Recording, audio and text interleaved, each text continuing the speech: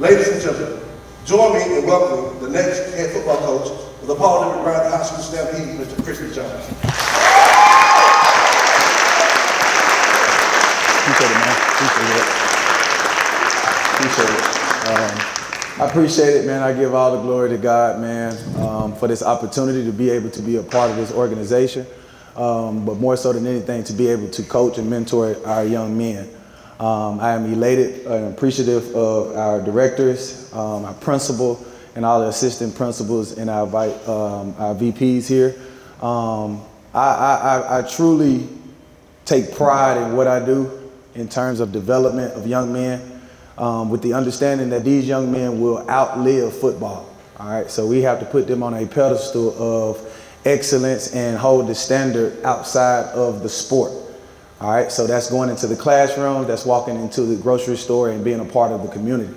It is my duty and our duty as a coaching staff to be able to put your kid in the best position possible to be successful. All right, and we're going to do that with everything in me. I'm going to do that. I'm going to strive to make sure we have the best coaching staff. I'm going to strive to make sure we have the best facilities and the way it looks, because all of that is a resemblance of this whole school and everything that we do.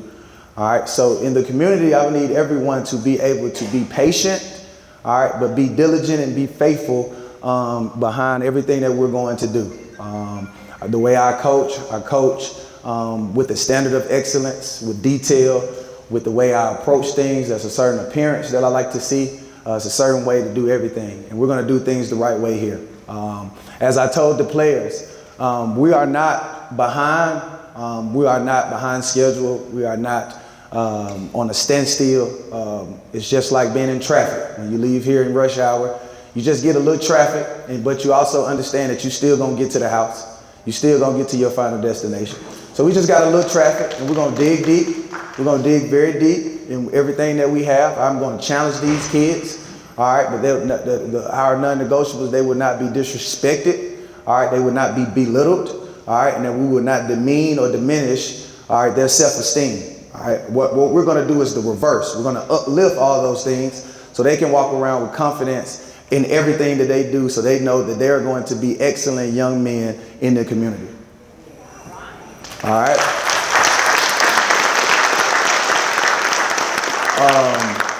I think that these kids need to understand that, number one, as a coach, yes, we are here and measured off wins and losses, but like I told them, if you're patient, sometimes your wins don't necessarily come on the scoreboard.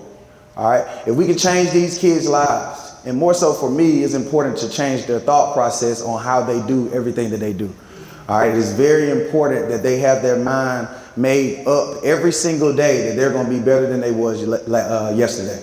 Okay. Like I tell them, we have to control our emotions. Control our emotions. That's the big stigma of their generation right now. And even as coaches and as teachers, we have to be patient. We have to meet these kids where they are. All right, but that don't mean that they still don't need to be challenged. That doesn't mean that they still don't need to have the standard of how they do everything that they do. All right, from conversation, all right, to how they operate. It has to fit. You can't say you want something and you're not doing anything. That's not how it works. All right. But more so than anything, I'm not going to hold you all day, but more so than anything, I want to build the pride and the firm attention to detail, and I want them to experience the success behind that as they go about their day each and every day. All right. So I'm going to do my due diligence and make sure that I'm here every day. I'm going to make sure that whatever you guys need, I can provide it. I already told our staff that we're going to micromanage these kids to the T in everything that they do, from in the classroom, from when they're going to lunch, from when they're transitioning from the school to athletics. They're going to be micromanaged, all right? Because we have to build trust first before we can allow the kids to lead each other, all right? We don't build trust if we don't build the stigma and the discipline that needs to be set. We will have the blind leading the blind. All right, and we don't need that. There's enough of that when you turn on your phone and scroll through Instagram. It's enough blind leading the blind. All right, this is reality. All right, this is reality. The reality is what is old and gone is gone. All right, so as I challenge the kids today, over the next couple of days, they have a chance and an opportunity to rearrange, relearn their mind. All right, because one thing that I'm going to do on this football team is I'm going to challenge their mind. Because in this sport of football, you have to be not only physically tough, but you have to be mentally tough to endure, all right, to have a standard of excellence, and also to be able to erase the mistakes that they made previously. You have to be mentally tough to do that, because I can guarantee you this, young man, you're going to go through adversity in life. That's a guarantee. Something bad is going to happen. But it's also going to be resembled as well on the field, because something bad is going to happen on the field. But it's not what happened to you. It's more so about how you respond to what happened to you. All right. And we got to respond the right way so good things can happen for us. All right. But that's all for me today. I really appreciate you guys for having me. Any concerns? I'm an open door. I am a face first coach. All right. So you will see my face. I don't hide behind any blinders. I don't hide behind any classrooms. I like to walk around and I like to greet myself and represent what we want to do on the field. I want to represent their product, and I'm the representation of their product. So we're going to do everything in our power to make sure these kids is ready academically. They're ready on the field as well. Okay. And if we do those two things, if we can make sure academically they're ready, we can make sure they're physically equipped and ready to rock and roll on the football field, we're going to have some great men out in the community. I appreciate you guys. All right, Coach, first off, congratulations. You've been coached by Nick Saban. You spent a couple of times at Central High School. What is all the other experience that you've been through helped you be able to get to this point? I got to say, man, I've been blessed all my life playing the game of football. I've been blessed with some of the greatest examples to resemble champions, not necessarily winning championships, but I've been around the right people that talk the right stuff, know how to go about doing what needs to be done. Just showing a standard of excellence when I was at University of Alabama and just previous coming from the Mario Pippen staff. It's just all about a standard and making sure to hold that standard every single day, not just talking about it, but showing with the actions. And I think that's something that got me to this point. A lot of prayers, a lot of responsibility on my side, a lot of changes had to be made in order to get things done. And I'm just excited about the opportunity to be able to come to Paul W. Bryant, which is sort of part of my lineage with Paul W. Bryant, being a University of Alabama head football coach back in the day. So it's just like coming home. I gotta ask you, I've seen you play a lot of people have seen you play. You're rugged, you're physical, you're tough, you're a dog. Your personality fit every bit of that. You was able to go to the next level. You came back to coach. What is it going to take to be able to make sure you instill these men to be able to have that same mentality, if not greater mentality, than what you had when you played? It's just all about how we approach, how we challenge them every day to be able to go out and do what they need to do. Our conversation throughout the training camp will be dominating your space. Everybody's taking care of their own responsibility, doing their job, not focusing on left, right, and what's behind them, just focusing on what's in front. My style of play will be resembled in our players with the utmost character, with the utmost development of how we go about and do what we do. There's going to be some type of mental change because we are accustomed to being comfortable.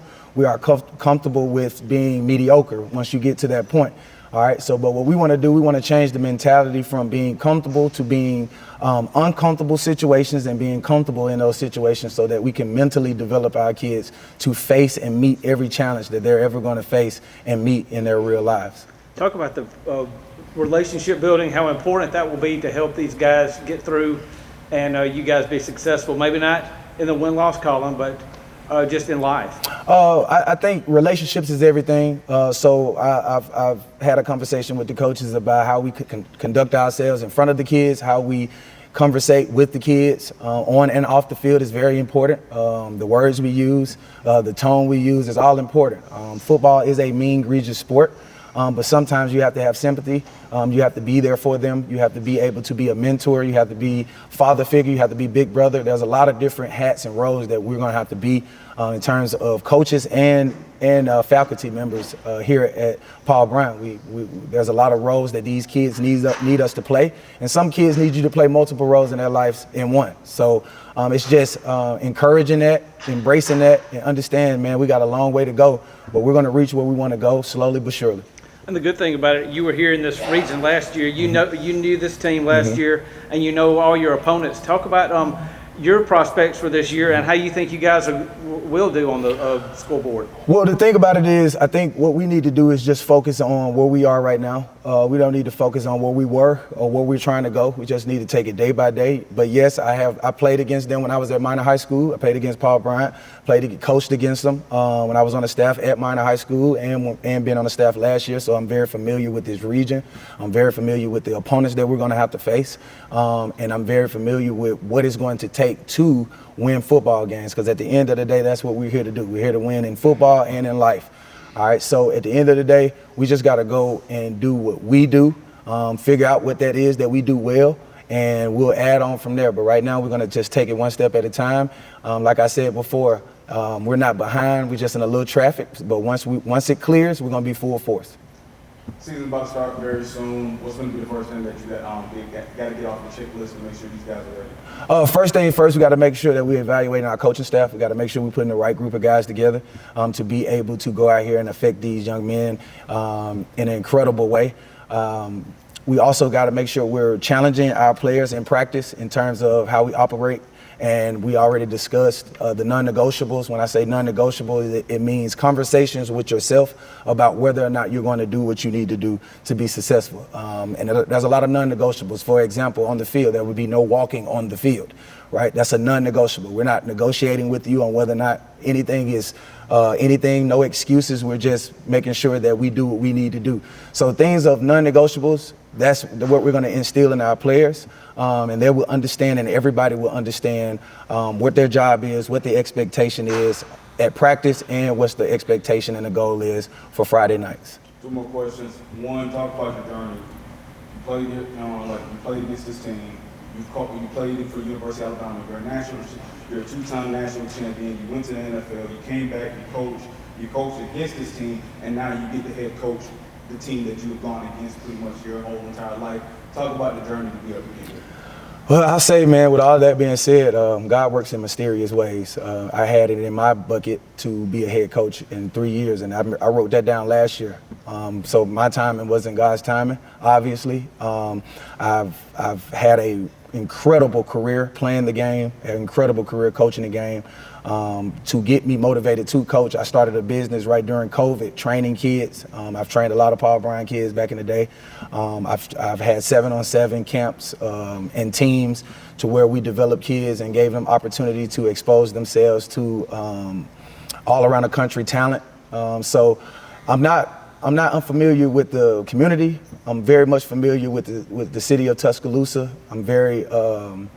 I take tradition personally, and this school has a lot of tradition. With me going to University of Alabama, I've learned tradition is everything, and that's how you mold and change the culture of the community, and that's what we're going to strive to do.